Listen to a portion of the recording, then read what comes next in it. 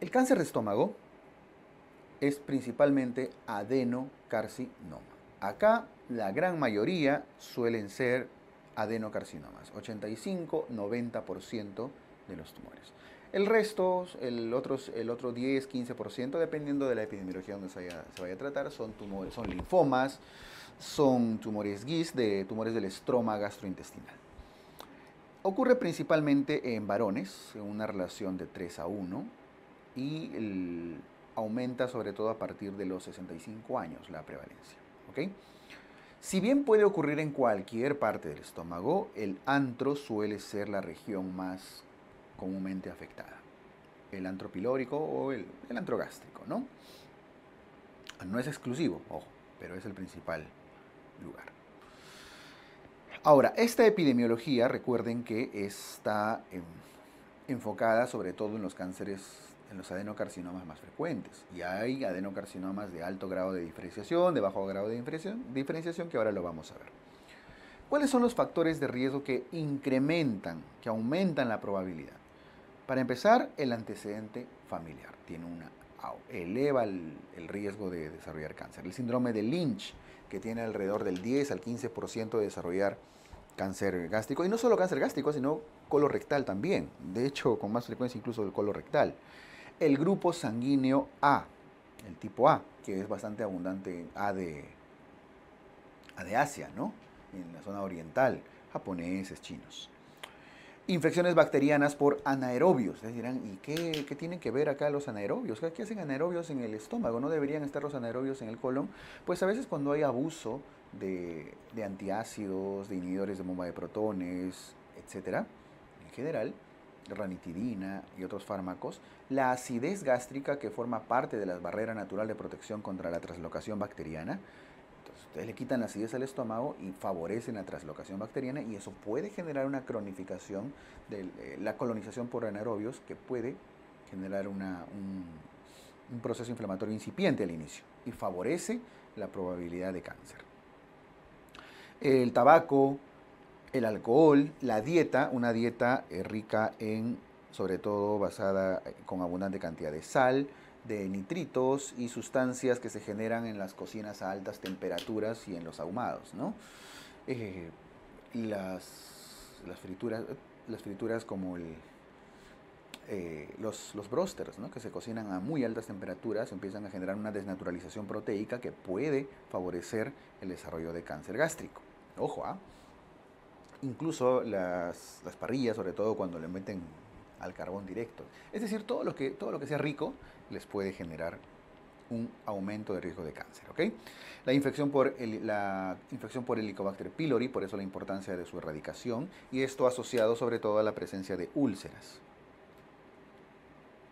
¿Okay? Úlceras gastroduodenales, etc. Entre otros factores, pero aquí están los más importantes. Y quienes disminuyen el riesgo de desarrollar cáncer, para empezar, una dieta sana, ¿no? Por supuesto, baja en sal, evitando alimentos cocidos a muy altas temperaturas, sobre todo basados en aceites, cocidos en aceites, una dieta rica en antioxidantes, etcétera, etcétera, etcétera. Y un criterio que deben tener en cuenta acá es el uso de AINES para reducir la probabilidad de malignización de ciertas lesiones, entre ellas de los pólipos. Entonces ya se ha demostrado que ciertas dosis diarias de aspirina a altas concentraciones, no a altas, sino a concentraciones normales, no la dosis cardioprotectora que lo ven en cardio, sino dosis normales de 400-500 miligramos al día, entre otros AINES, pueden reducir la probabilidad de malignización de ciertos pólipos y de ciertas lesiones. Sin embargo, deben manejarlo con cuidado, porque al final no olviden que es un AINE que puede favorecer la formación de úlceras y que a la larga también podría generar una neoplasia. Entonces se tiene que usar en ciertos casos muy específicos, como en poliposis adenomatosa familiar y demás, donde hay muy alto riesgo de desarrollar cáncer. No confundan los factores de riesgo con las condiciones premalignas o lesiones premalignas. Una cosa es aquello que puede favorecer, aumentar la probabilidad de desarrollar cáncer gástrico, y otra es la lesión que se puede malignizar. Y entre ellas La estrella en el caso del estómago es la gastritis crónica atrófica o simplemente la atrofia gástrica, que es como a veces lo conocen. Es el número uno, la principal condición premaligna. Donde vean atrofia del estómago, se empiezan a atrofiar los pliegues, la mucosa, eso es muy probablemente ya un paso previo al cáncer. En segundo lugar están los pólipos, y ya han conocido diferentes tipos de pólipos, y en este caso están los pólipos adenomatosos. Son los dos más importantes y por eso están resaltados. Pero hay otras condiciones, hay otras lesiones o enfermedades que pueden ya prácticamente desarrollar un cáncer, entre ellas la hipocloridria, ¿no? Que está asociado, por supuesto, a la atrofia de los pliegues gástricos. La anemia perniciosa, gastrectomías previas, pero ojo, gastrectomías previas no por cirugía bariátrica, sino gastrectomías previas por úlceras gastroduodenales, o sea, ya por una lesión inflamatoria previa, ¿no? Porque si no estaríamos hablando que las mangas gástricas en algún momento podrían desarrollar una neoplasia, ¿no? Y no hay hasta ahora demostración de ello. Las metaplasias intestinales, que por supuesto están asociados a cambios en los epitelios, y la enfermedad de Menetrier, en la cual es lo contrario a la atrofia. En la gastritis crónica atrófica, los pliegues empiezan a aplanarse, la mucosa también, se empieza a atrofiar, a adelgazar el epitelio, pero en la enfermedad de Menetrier lo que hay es una hipertrofia de los pliegues, un aumento del tamaño de los pliegues, y eso genera una hipersecreción de moco. Empiezan a hipersecretar moco, que incluso a veces podría generar ciertos grados de obstrucción en el estómago, y eso también es una lesión premaligna. Aquí le voy a poner ya la enfermedad de Menetrier, la hipertrofia de los pliegues con aumento de la secreción de moco. Muy bien. Listo. Entonces, esto respecto a las lesiones y condiciones premalignas para desarrollar cáncer. La clínica, dentro del diagnóstico, la clínica de cáncer de estómago es bastante inespecífica y por eso a veces su diagnóstico tardío. Pero dentro de esa inespecificidad que tiene la clínica del cáncer gástrico, como la gran mayoría de cánceres, tenemos a la baja de peso, ¿no? El síndrome de consumo que genera todo cáncer. Un dato que usualmente les ponen en exámenes es la llenura precoz. Son pacientes de cierta edad, ¿no? Generalmente mayores de 50 a 60 años, que baja de peso y tiene llenura precoz, tenemos que pensar en una neoplasia, el cáncer gástrico. Ahora, si tiene llenura precoz y no tiene baja de peso, tienen que buscar en la pregunta que no haya algún antecedente psiquiátrico, ¿no? Probablemente estemos ante un besoar, esas bolas de pelos de las personas con ciertos trastornos que se empiezan a comer sus pelos, sus uñas, ¿no? Es decir, cuerpo extraño. Entonces, la baja de peso con llenura precoz suele ser la combinación común cuando les plantean estas preguntas. A veces más apalpable, que evidentemente está condicionado a que sea un tumor de gran tamaño, ¿no? Y bastante avanzado en este caso. Hemorragia digestiva alta, cuando ya están ulcerados y bastante avanzados. El dolor abdominal, sobre todo si es que está ya invadiendo pared o está generando algún tipo de obstrucción intestinal. Pero estos dos suelen ser la dupla que casi siempre se pregunta. Ahora, esto es respecto a la clínica por la presencia del tumor en el mismo estómago.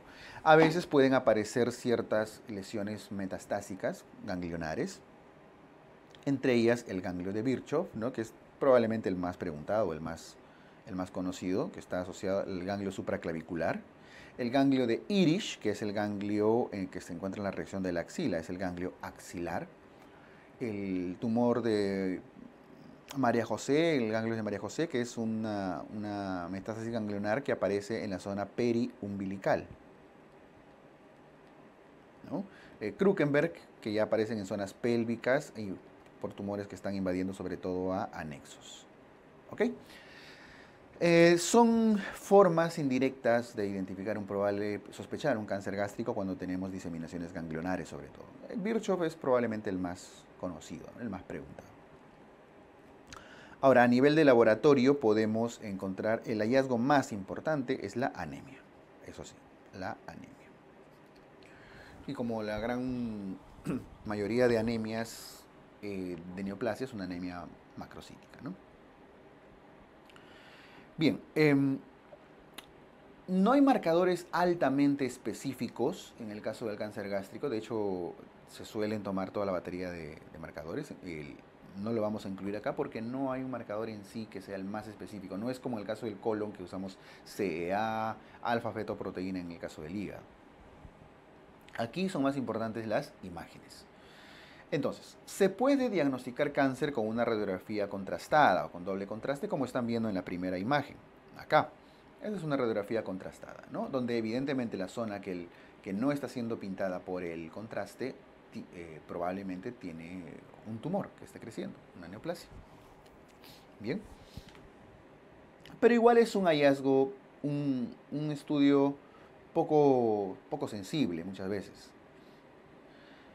El estudio con más alta sensibilidad y especificidad viene a ser la endoscopía con biopsia. Y por eso es el estudio de elección. Ante toda sospecha por la clínica que están mostrando acá, deben realizarle una endoscopía. Y por supuesto con la toma de la biopsia respectiva. Muchas veces los cánceres ya a simple vista podrían ser sospechados o diagnosticados, pero necesitamos el estudio histopatológico, ¿no? Para ver el tipo de neoplasia, para ver el grado de diferenciación, etc. Y aquí tienen que tener cuidado. Porque cuando diagnosticamos cáncer de estómago, hay dos aspectos que tenemos que ver. El estadiaje, que incluye la diseminación ganglionar y la diseminación a distancia. Para hacer estadiaje del cáncer gástrico, como en todo cáncer, necesitamos su TNM. El grado de invasión en la pared, la diseminación ganglionar y la diseminación a distancia. Está claro que la diseminación a distancia, es decir, el M, para ver si es un M0 o un M1, debe hacerse con una tomografía. Ojo, con una tomografía. De eso no debe haber duda, ¿no? No hay duda. Pero para calcular bien el T y el N, tenemos que ver qué tanto está invadiendo en la pared y los grupos ganglionares que pudieran haber sido invadidos. El problema es el siguiente: la tomografía, y muchas veces cuando no son tomografías helicoidales o demás, podrían entre sus cortes no llegar a reconocer el grosor y el grado de invasión en la pared, porque justo quizá el tumor o el ganglio que está cercano es tan pequeñito que se encuentra entre los cortes de la tomografía. Podría darse el caso. Ahora, tomografías más avanzadas, sobre todo las helicoidales y demás, sí pueden superar este aspecto, pero en general, para ver el grado de invasión en la pared con más exactitud y la probabilidad de invasión de ganglios regionales cercanos al estómago, se prefiere una ecoendoscopía. Es decir, no confundan endoscopía con ecoendoscopía.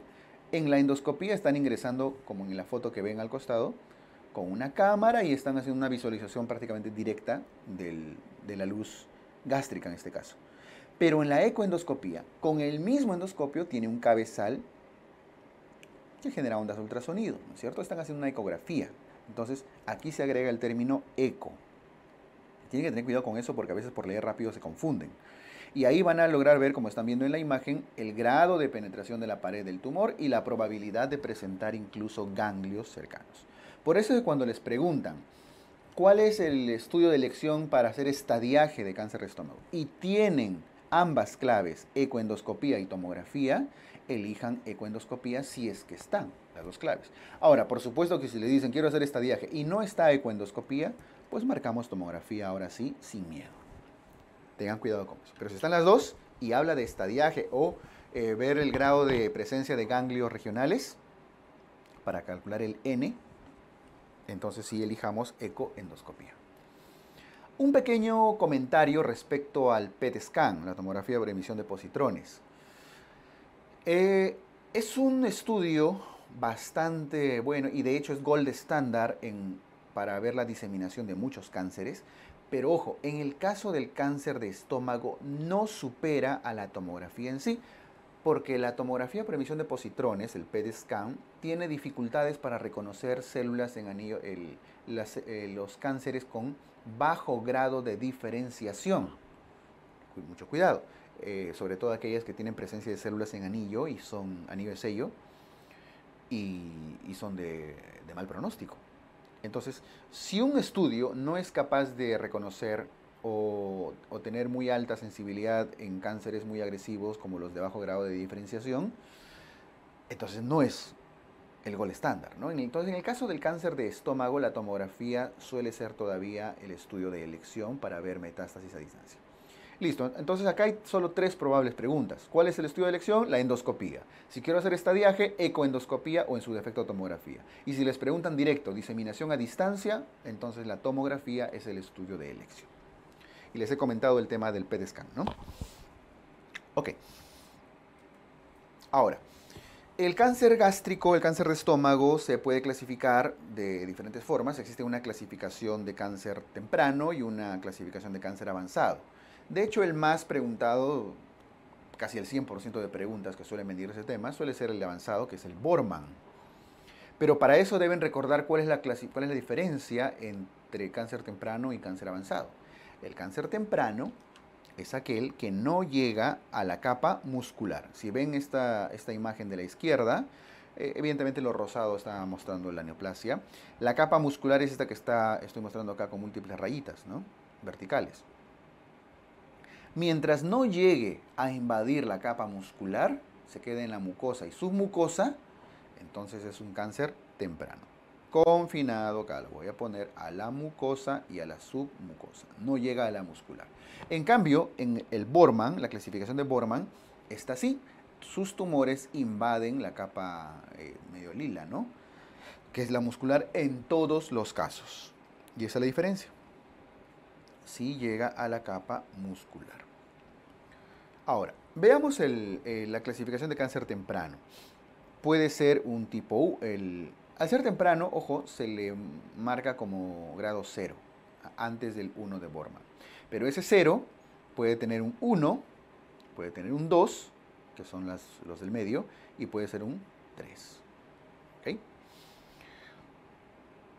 El tipo 1 es la lesión elevada, medio polipoide. Pero miren, solo invade mucosa y submucosa en el peor de los casos. ¿Cierto? El tipo 2 ya es uno superficial. Puede ser superficial elevado, puede ser superficial plano, puede ser superficial excavado. Y el tipo 3 ya es ulcerado. Pero nuevamente, miren, no llega a invadir la capa muscular necesariamente. ¿Ok? No tienen que memorizar necesariamente esto porque incluso el tipo 2, que es el superficial, puede ser 2A si es que es plano, 2B si es que es 2A si es que es elevado, perdón, 2B si es que es plano y 2C si es que es excavado. Entonces, si yo quisiera, por ejemplo, nombrar a este de acá, es un cáncer temprano, superficial, elevado, la nomenclatura debería ser así, 0-2A, ¿cierto? Incluyendo el 0 al inicio con su guión. Si yo quisiera describir a este superficial excavado, sería un 0, 2, C. Un polipoide, arriba, un 0-1. Y así vamos describiendo cada uno de ellos. No tienen que memorizarlo, pero sí recuerden que esta clasificación del cáncer temprano considera aquellos que no invaden la mucosa, submucosa. Dentro de la clasificación del cáncer avanzado, el Borman, que probablemente sí es casi el 100% de preguntas y lo que deben conocer, está el Borman 1, que incluye una lesión polipoide o elevada hacia arriba, a diferencia del Borman 2, que es una lesión ulcerada. Ojo, no solo ulcerada, sino que sus bordes a los costados están elevados. Así se le suele describir. Entonces, el Borman 1 es una lesión polipoide o elevada. El Borman 2 es una lesión ulcerada, ese es el nombre, de bordes elevados. ¿Ok? El Borman 3 tiene ulceración, pero además empieza a crecer con cierta cierta infiltración. ¿Ok?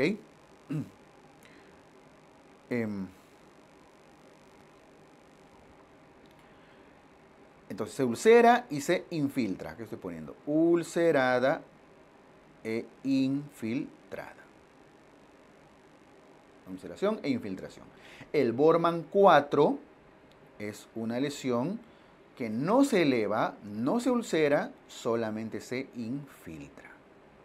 Y esta es la que crece dentro del concepto de contigüidad o continuidad, la que está diseminándose en el mismo plano por continuidad. Y lo que conocemos como linitis plástica. Continuidad. La famosa linitis plástica. Entonces, cuando les hablan de linitis plástica, es probablemente se está refiriendo a un Bormann 4 que solamente crece con pura infiltración y por supuesto que es de los más agresivos y de un peor pronóstico, ¿no? Listo. Esto por favor ténganlo en cuenta. Es bastante común preguntar el Bormann, el grado de Bormann, y no está difícil. Entonces, tipo 1 polipoide, 2 ulcerado de bordes elevados, tipo 3 ulcerado con infiltraciones y tipo 4 solamente con infiltraciones. La linitis plástica. Hay una clasificación, además de la clasificación del grado de la forma de crecimiento del tumor, que tiene que ver con el grado de diferenciación. Pueden ser intestinales o pueden ser difusos. Ojo que estamos hablando de los adenocarcinomas.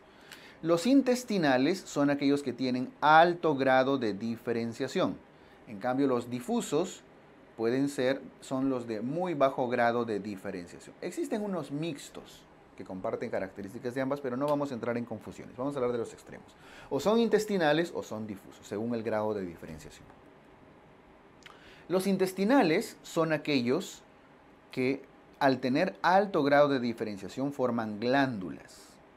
Por eso generan adenocarcinomas muchos más clásicos, comunes. Estos tienen un componente adquirido ambiental con factores de riesgo que están en el ambiente. Y su lesión más frecuente es la gastritis crónica atrófica o la metaplasia intestinal, sobre todo la gastritis crónica atrófica como concepto de lesión premaligna. ¿Okay?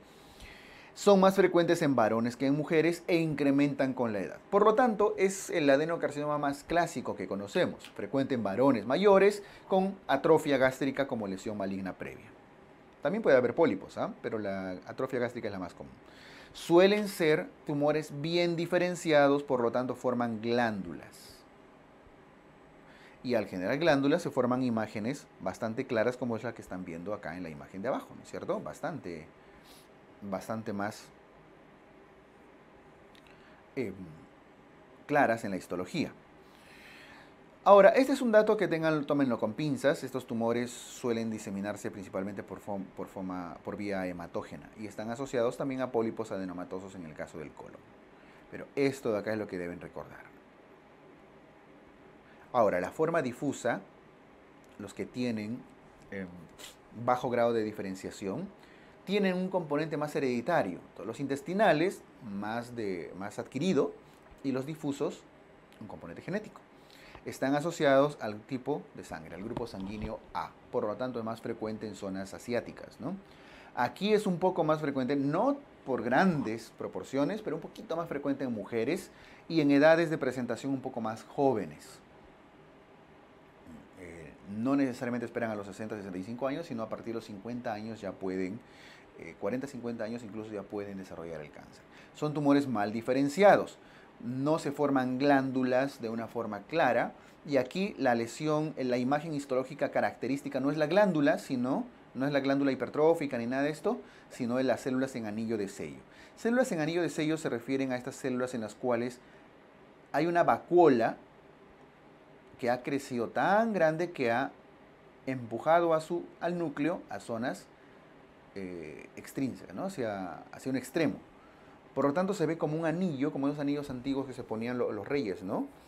¿Han visto que tienen unos anillitos con una imagen y que cuando iban a sellar una carta o poner su sello, echaban un poco de cera, roja a veces, y en esa cera le ponían el sello y con eso quedaba la marca. Por eso se llama anillo de sello.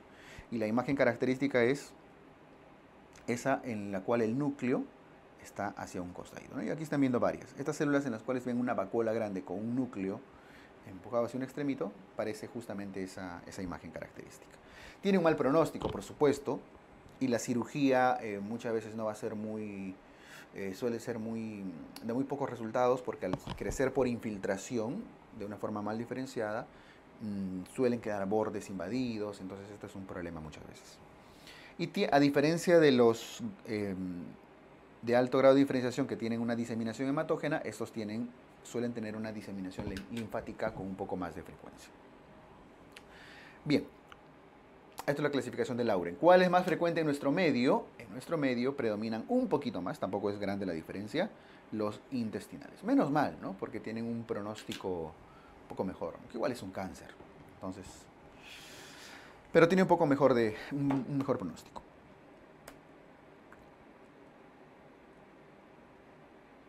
La clasificación TNM del cáncer de estómago la tienen acá. Sí vale la pena que lo revisen con calma, incluso después pueden, al revisar el video, ponerle pausa y leerlos uno por uno. Vamos a comentar algunos puntos importantes de esa clasificación de el TNM, útil después para el estadiaje.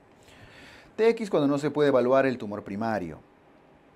T0 cuando no hay evidencia del tumor primario. Es distinto a que no hay evidencia a que no se puede evaluar, no pueden asignarle ni siquiera un 0. El tumor in situ, el carcinoma in situ, así como está descrito, es el tumor intraepitelial que no invade la lámina propia. ¿Okay? Y luego vienen los T1, que ya invaden la lámina propia, la muscular mucosae o incluso a la submucosa.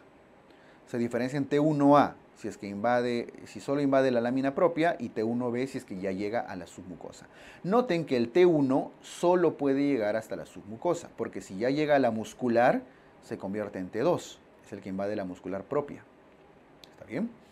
El T3 ya invade la serosa, pero no la atraviesa ni invade estructuras adyacentes, pero sí ya está comprometiendo, tocando a la serosa. El T4, si ya penetra la serosa, puede invadir al peritoneo visceral, sería T4A, o T4B si ya invade órganos, estructuras o vasos adyacentes, como en el caso del esófago que invadía la aorta, ¿no?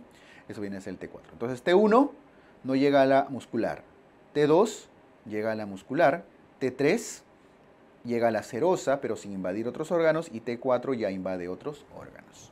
Bien, entonces no es difícil.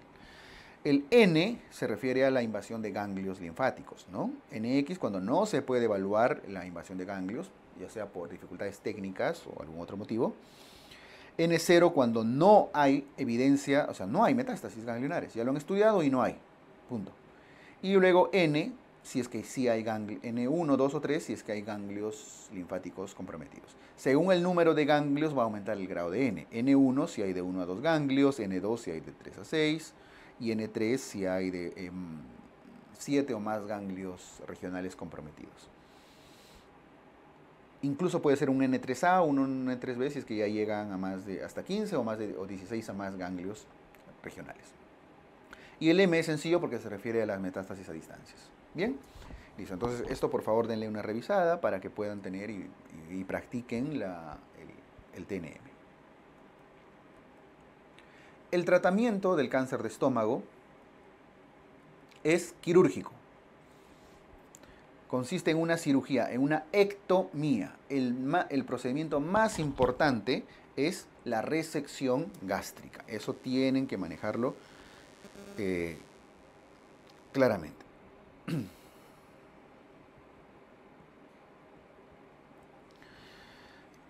Resección, ectomía del estómago y de los ganglios regionales. No solo es de una parte del estómago, sino de grupos ganglionares. E incluye quimioterapia coadyuvante, o sea, una quimioterapia posterior a la cirugía para evitar recidivas. Recuerden que si dice quimioterapia neoadyuvante, es una quimioterapia antes de la cirugía, usualmente con el objetivo de reducir el tamaño del tumor y facilitar la cirugía. Pero si la quimioterapia es coadyuvante, se refiere a una quimioterapia posterior para evitar recidivas. Entonces, cirugía y quimioterapia coadyuvante. Lo ideal, ya que estamos hablando de adenocarcinomas, es que sea una cirugía local, y eso suele ser cuando ocurre sobre todo en el antro, que afortunadamente es uno de los más frecuentes. Y ahí se hace una gastrectomía subtotal o una antrectomía con una reconstrucción tipo Billroth 2, con su respectiva resección ganglionar, D2 le llaman, ¿no? Muy bien, si es que el cáncer es en el cuerpo, vamos a tener que hacer una gastrectomía total con reconstrucciones mucho más complicadas que incluyen ya una esófago-yeyunostomía. Recuerden que al sacar el estómago probablemente estemos retirando también parte del duodeno. Aquí la reconstrucción suele ser con el yeyuno. Y si el cáncer es a nivel del cardioesofondo, vamos a tener que sacar incluso parte de esófago. Este es el mejor escenario y el que deben conocer. Entonces, si estamos ante un cáncer en la región del antro, debe ser gastrectomía subtotal o parcial, a veces le llaman, o antrectomía, con Billroth 2, con disección ganglionar. Disección ganglionar. Si es diseminado, ya vienen otras situaciones más complicadas y más difíciles en las cuales probablemente solo vamos a tratar las complicaciones que incluyen la probable obstrucción, es decir, para que se pueda alimentar, y el sangrado, y el probable sangrado. Y si ya no se puede operar, por supuesto que tenemos que hacer quimioterapia únicamente. ¿Okay? Entonces, esto, denle una leída porque es básicamente informativo. Lo que quiero que tengan en cuenta es lo que está arriba. ¿Qué pasa cuando el cáncer es a nivel del antro? Gastrectomía subtotal con Billroth 2, con D2. Y si ya es no resecable, pues vamos a hacer procedimientos para después ya tratar de darle solo calidad de vida. Gastroyeyunostomías, quimioterapia, radioterapia, por ahí para ir tratando de reducir el tamaño del tumor. ¿Okay? Lo ideal es hacer una resección completa y después darle quimioterapia coadyuvante. Y afortunadamente en el caso de los cánceres de antro, que son los más frecuentes, sí son viables esos procedimientos.